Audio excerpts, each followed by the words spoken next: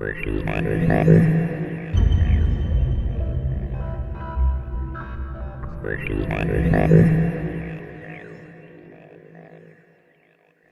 guys, it was brought to my attention, and thank you, by the way, that last week's episode of Off the Cuff that dealt with the American Civil War lacked the Adams handcuffs. Now what happened was, I originally shot the entire episode and had it all edited and ready to go, and there was a snafu with the computer, so I had to reshoot it on Saturday afternoon, and I must have just forgot to include the Adams. I had put all the cuffs away before. Anyway, let's take a look at the Adams. I have two pair. And again, I did other episodes with these before, but these were patented in 1862. The one pair I do have, it says patent applied for. And if you notice the notches, they're extremely teeny. And there's bunches of them. The one that came out after this, around the same time period, all they did was they changed the notches. Let's see comparison. They made them a bit bigger. And they look an awful lot like imitation Towers Detective. Just something to think about. But these do have the patent date of 1862. It's very faint. They're pitted.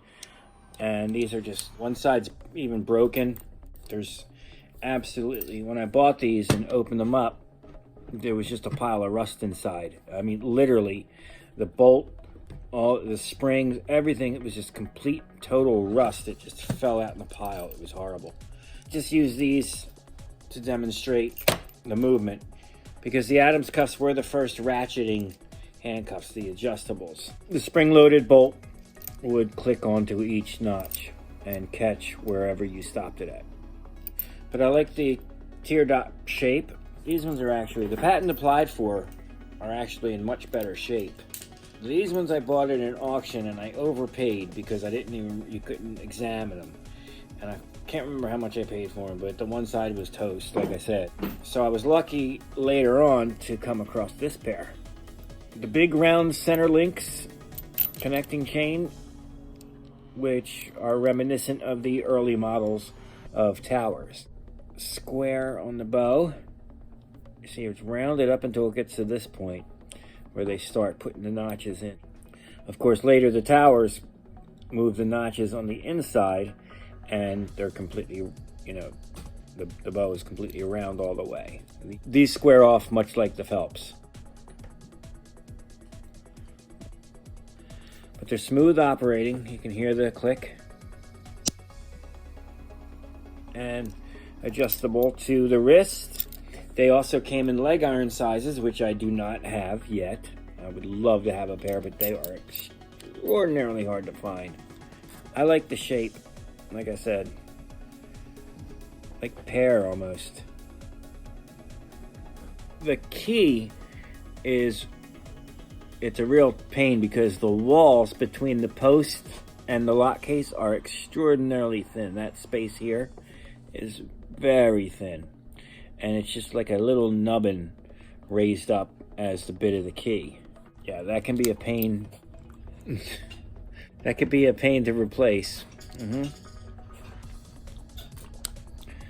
And it's just a very simple mechanism inside. I remember reading in Modern Handcuff Secrets for Magicians, the Dick Norman book, when I was a kid. It talked about how easy these were to open, like anything, like even a nail or whatever could do it. And I don't know, it didn't take into account the absolute thinness of that space there. It's just a single bit key. Yeah, that's simple. And also you have to be careful when you're turning it, because with those thin walls of the barrel key, you can easily break those off, as everyone who owns more than one pair of Towers knows.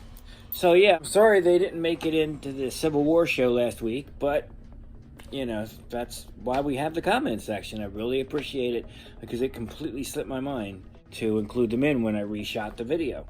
So that does it for this week's Off the Cuff. It was pretty much the Uncivil War Handcuffs Part 2. Wow, how ironic is that, huh? Yeah.